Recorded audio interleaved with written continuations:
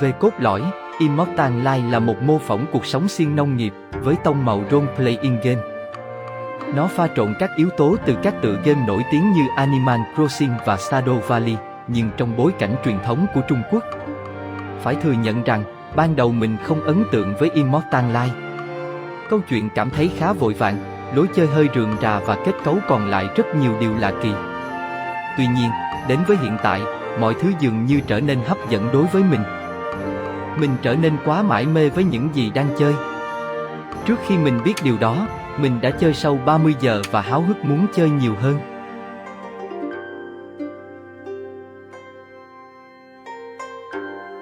Cốt truyện đôi khi khá hỗn loạn, nhưng mình sẽ cố gắng hết sức để cô đọng nó xuống.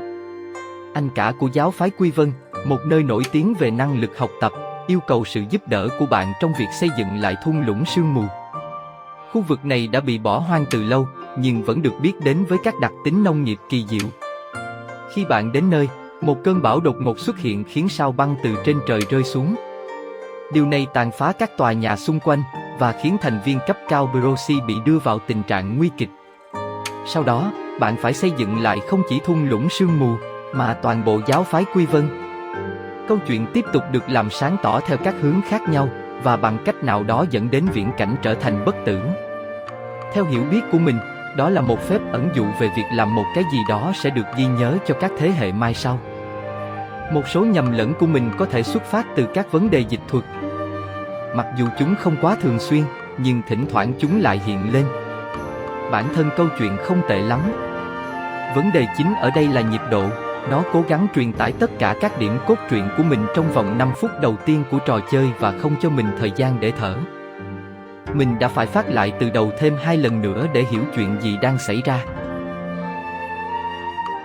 Như đã đề cập trước đó, Immortal Life vay mượn rất nhiều từ các tựa game đương đại khác như Animal Crossing.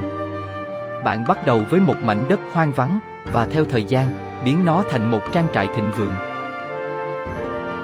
Bạn cũng được trao một ngôi nhà mà bạn có thể thực hiện nhiều cải tiến khác nhau. Chúng bao gồm mở rộng kích thước của nó.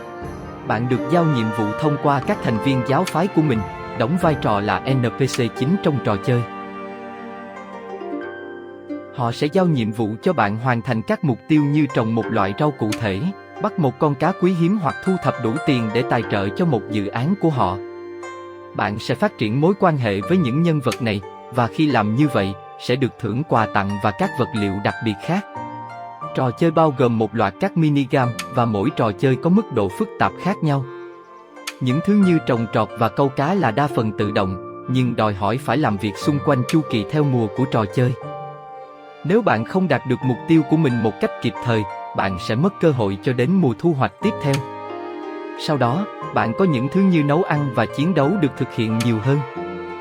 Nấu ăn liên quan đến việc làm theo các bước cụ thể để chuẩn bị chính xác một bữa ăn. Bạn càng mất nhiều thời gian để làm điều này, xếp hạng bạn sẽ nhận được càng thấp. Chiến đấu khá cơ bản, nhưng thú vị không kém. Quái vật có những đòn tấn công độc đáo của riêng chúng, vì vậy bạn sẽ phải tìm thời điểm hoàn hảo để trả đũa chúng. Phần khéo léo nhất của trò chơi là những phép thuật bạn có thể sử dụng. Những thứ này có thể giúp bạn trong trận chiến, hoặc hỗ trợ bạn đẩy nhanh quá trình lên cấp của mình. Mình rất muốn thấy nhiều hơn số này trong tương lai vì chúng là một vụ nổ thực sự để tạo thêm hứng thú. Không thể phủ nhận các hệ thống quản lý gây nghiện rất nhập vai và cơ chế chơi trò chơi khác nhau của nó khiến mình phải chơi nhiều hơn. Mặc dù đồ họa và nhịp độ tường thuật là một nguyên nhân gây lo ngại cho mình, nhưng những điều này có thể được khắc phục trong các bản cập nhật tiếp theo. Nếu bạn là một fan hâm mộ của các trò chơi thông thường, nhập vai đồ họa chibi, thì đây là một con game không nên bỏ qua.